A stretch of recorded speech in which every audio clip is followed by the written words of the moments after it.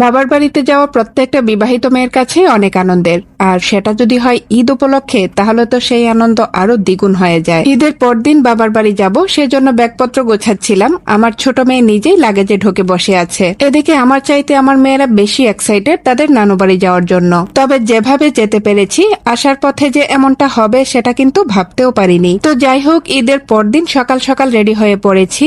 আনুমানিক 10টার দিকে বাসা থেকে বের হয়ে পড়েছি। 30-40 মিনিট সময় লেগেছে ফেরিঘাটে পৌঁছতে। আর বরাবরের মতো বিপত্তিটা ঘটে এখানেই। এসে শুনলাম প্রায় 1 ঘন্টা হয়েছে ফেরি ওই পারে গিয়েছে, এখনো আসেনি। এই প্রচন্ড গরমে বসে না থেকে ভাবলাম পাশে একটু ঘোরাঘুরি করি। নদীর পাড়েই এই খোলা রেস্টুরেন্টটা চোখে পড়লো, তাই এটার মধ্যেই একটু ঢু মারলাম। জায়গাটা বেশ সুন্দর, চারপাশটা খোলা আর নদীর পাড়ের মিষ্টি হাওয়া আসছিল। সাধারণত এই ধরনের ভাসমান রেস্টুরেন্টগুলোতে এরকম টঙের মতো বসার জায়গা থাকে।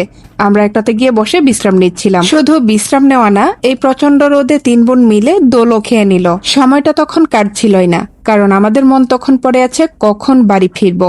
আর এভাবেই কেটে গেছে আরো ঘন্টা দেড়েক। এক পর্যায়ে ফেরি আসে আর আমরা নদী পার হয়ে বাড়ির পথে রওনা দিই। ওই মুহূর্তে প্রচন্ড গরম আর ভিড়ের জন্য তেমন কোনো ক্লিপ নেওয়া হয়নি। আর এখন দিগন্ত জোড়া মাঠের মাঝখান দিয়ে আমরা ছুটে চলেছি আমাদের নারীর টানে। যাওয়ার পথে এই দৃশ্য দেখছি আর ভাবছি, 1 সপ্তাহ থাকার পরে ফেরার পথে কি এই দৃশ্য দেখতে পাবো? এভাবে আরো 40 মিনিট ট্রাভেল করার পর আমার বাড়ির দোরগোড়ায় এসে দাঁড়ালাম। দীর্ঘদিন পর বাবার বাড়ির এই স্পর্শ, এই ঘ্রাণ, এটা যে কি শান্তির সেটা শুধু একটা বিবাহিত মেয়েই বোঝে। আমার বোনের মেয়ে তো দেখেই দৌড়ে এসেছে গেট খোলার জন্য। ওই মুহূর্তে আমার মনে হচ্ছিল আমি যেন বুক ভরে নিঃশ্বাস নিতে পারছি। সন্ধ্যার পর চলেছে এক পশলা তাল আসর, অর্থাৎ তাল কেটে খাওয়ার আসর। পরদিন সকালে আমি আর আমার বোন গিয়েছিলাম শাক তুলতে। সেই ভিডিওটা আমি আপনাদের সাথে শেয়ার করেছিলাম। আর যাওয়ার পথে এই দৃশ্যটা চোখে পড়লো। আমাদের এলাকায় গোবর দিয়ে এভাবে চট লেপে এক ধরনের জ্বালানি তৈরি করা হয়। আপনাদের কার কার এলাকায় এভাবে জ্বালানি তৈরি করা হয় কমেন্টে জানাবেন। বাড়ির সামনে যেহেতু নদী আর বর্ষার পানি আসা শুরু করেছে, নদীতে পানি তো এখন থই থই করছে। বাচ্চা কাচ্চা সহ সব চলে গিয়েছে নদীতে গোসল করবে। বাড়ির এক পাশে জবা ফুলের এই গাছটার দিকে নজর গেল। ছোটবেলায় আব্বার সাথে এই গাছটা লাগিয়েছিলাম। একই গাছে 2 রকমের ফুল ফোটে। আমাদের আসার খুশিতে গাছটাও যেন তার সমস্ত ফুল ফুটিয়ে দিয়েছে।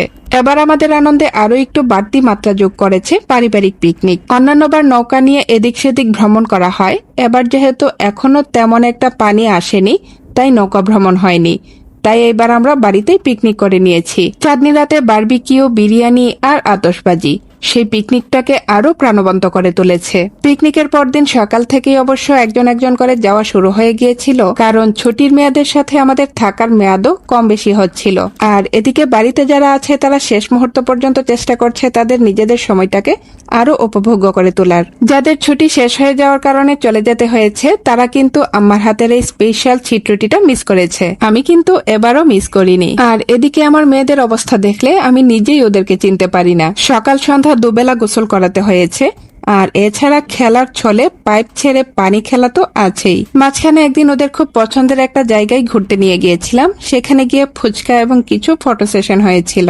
খাল বিল পানিতে থই থই করছে, কারণ বর্ষার পানি আসা শুরু করেছে। আর কিছুদিন পর এদিকে শুধু পানি দেখা যাবে।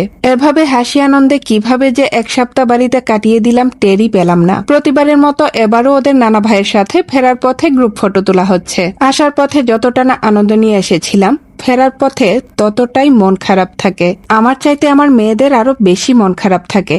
ওরা আরো থাকতে চায়, কিন্তু ছুটি শেষ হলে ফিরতে তো হবেই। আর প্রত্যেকটা বাবা মাই তাদের সন্তানের চলে যাওয়ার দৃশ্য এভাবেই পেছন থেকে দাঁড়িয়ে দাঁড়িয়ে দেখতে থাকে। প্রথমে বলেছিলাম আসার পথে এমনটা হবে, ভাবতে পারিনি। আসলে আমরা ভেবেছিলাম আসার পথে রাস্তাঘাট সব পানিতে তলিয়ে যাবে, তখন হয়তো গাড়ির পরিবর্তে নৌকায় করে আসতে হবে। কিন্তু এখনো তেমন কিছু না হয় আমাদের আর এবার নৌকা ভ্রমণটা হলো না। আমার প্রিয় জন্মভূমি, আবার কবে দেখা হবে জানি না, তবে নিশ্চয়ই দেখা হবে। আপনাদের কার ঈদ কেমন কাটলো জানাবেন।